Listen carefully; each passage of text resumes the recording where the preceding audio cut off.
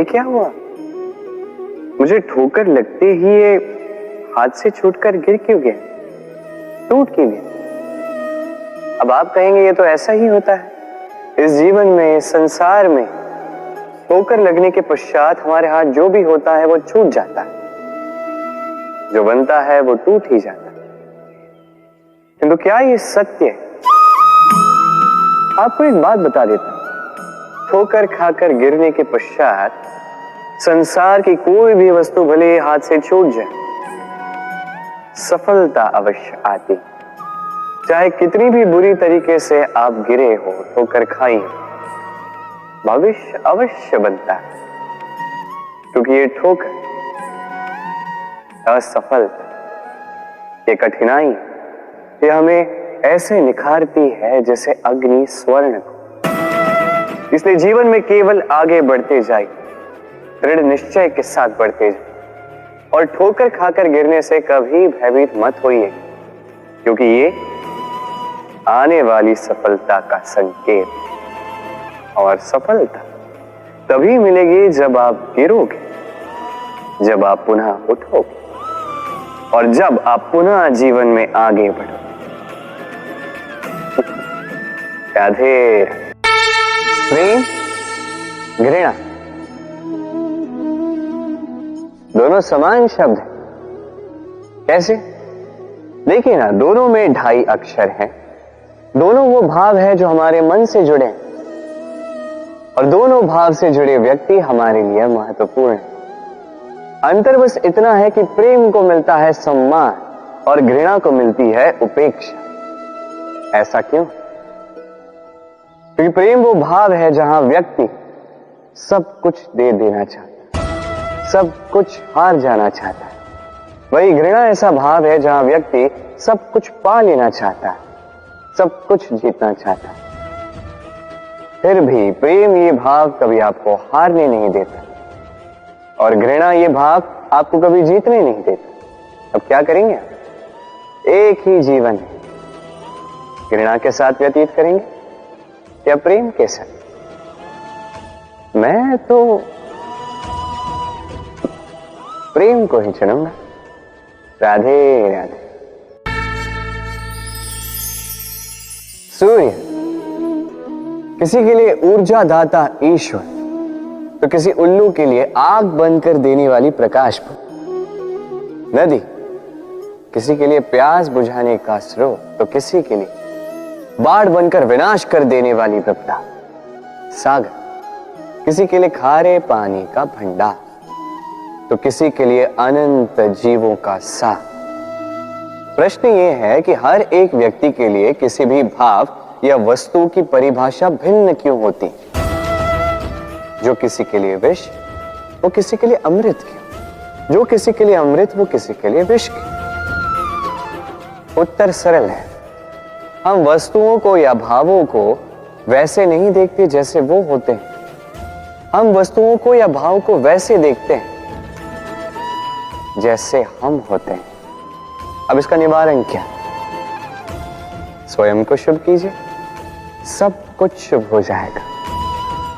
राधे राधे। चलिए एक प्रश्न करता हूं।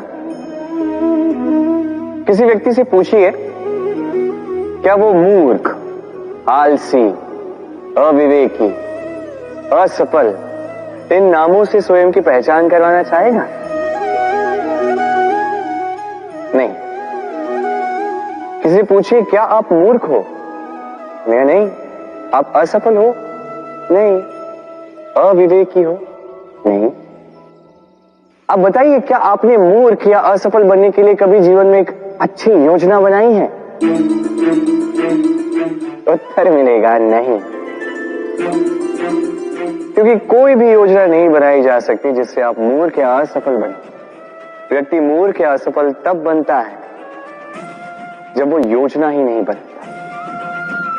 देखिए, छोटा सा जीवन, इसे नियोजित करें ताकि अधिक से अधिक लोगों को आप जोड़ सके, अधिक से अधिक प्रसन्नता पा सके, अधिक से अधिक सफलता प्राप्त कर सके, अधिक से अधिक लोगों का मार्गदर्शन करके उनका कल्याण कर सके। असफल रहकर घर पे बैठने से अच्छा ही है कि आप एक योजना बनाकर असफल हो, क्योंकि तब आपके पास एक और विकल्प होगा, एक नई योजना बनाने का, उसे साकार करने का। कि कोई न कोई योजना तो होगी जो आपको आपके लक्ष्य तक पहुंचा दे। क्यों? राधे राधे। सत्य और असत्य दोनों में अंतर क्या है? अंतर है तो केवल अ का। अब अ से होता है आरंभ, अ से होता है अंत। सत्य वो है जहां सारे मार्गों का आरंभ होता है, असत्य वो जहां सारे मार्गों का अंत होता है। अब इनके पांव तो नहीं होते, किंतु फिर भी ये निशान छोड़ ही जाते हैं। सत्य वो निशान छोड़ता है जो एक उत्तम उज्जवल उदाहरण बनता है, और असत्य वो उदाहरण छोड़ता है जो एक कलंकित इतिहास बन जाता है। अब आप आने वाले समय के लिए कौन सा निशान छोड़ेंगे? निर्णय पूर्णतः आपका है। राधे राधे। कभी आपने सोचा है हमें जीवा के साथ साथ कान क्यों मिले? अब आप कहेंगे सरल सी बात है, ताकि हम बात करने के साथ ही सुनना भी सीख लें। अब इसका एक और तात्पर्य है। पहले मुझे बताइए, स्वयं की प्रशंसा सुनना किस किस को अच्छा लगता है? सभी को अच्छा लगता है। अब यही है सार। यदि इन कानों से आप स्वयं की प्रशंसा सुनना चाहते हैं, तो सर्वप्रथम इस जीवा से दूसरों की प्रशंसा करना सीखें। अब प्रशंसा के विषय में एक अत्यंत महत्वपूर्ण बात आपको बता देता हूं। कभी किसी की प्रशंसा यदि आप करते हैं तो सर्वप्रथम उस व्यक्ति का उत्साह बढ़ जाता है। तत्पश्चात स्वयं यदि झांक कर देखें तो इस मन में भी संतोष और प्रसन्नता आ जाती है, और एक बार ये मन प्रसन्नता से भर जाए, तत्पश्चात कोई प्रशंसा करे या ना करे, कोई अंतर नहीं पड़ता। इसलिए सदैव दूसरों का मान करें, आदर करें, उनकी प्रशंसा करें, प्रसन्नता बांटें, जिनमें जो भी अच्छाइयां हैं उन्हें बताएं, उन्हें स्मरण करवाएं कि वो भी अच्छे हैं, उनका उत्साह बढ़ाएं, वो जीवन में आगे बढ़ेंगे और ये जीवन आपको कभी पीछे नहीं रहने देगा। राधे राधे।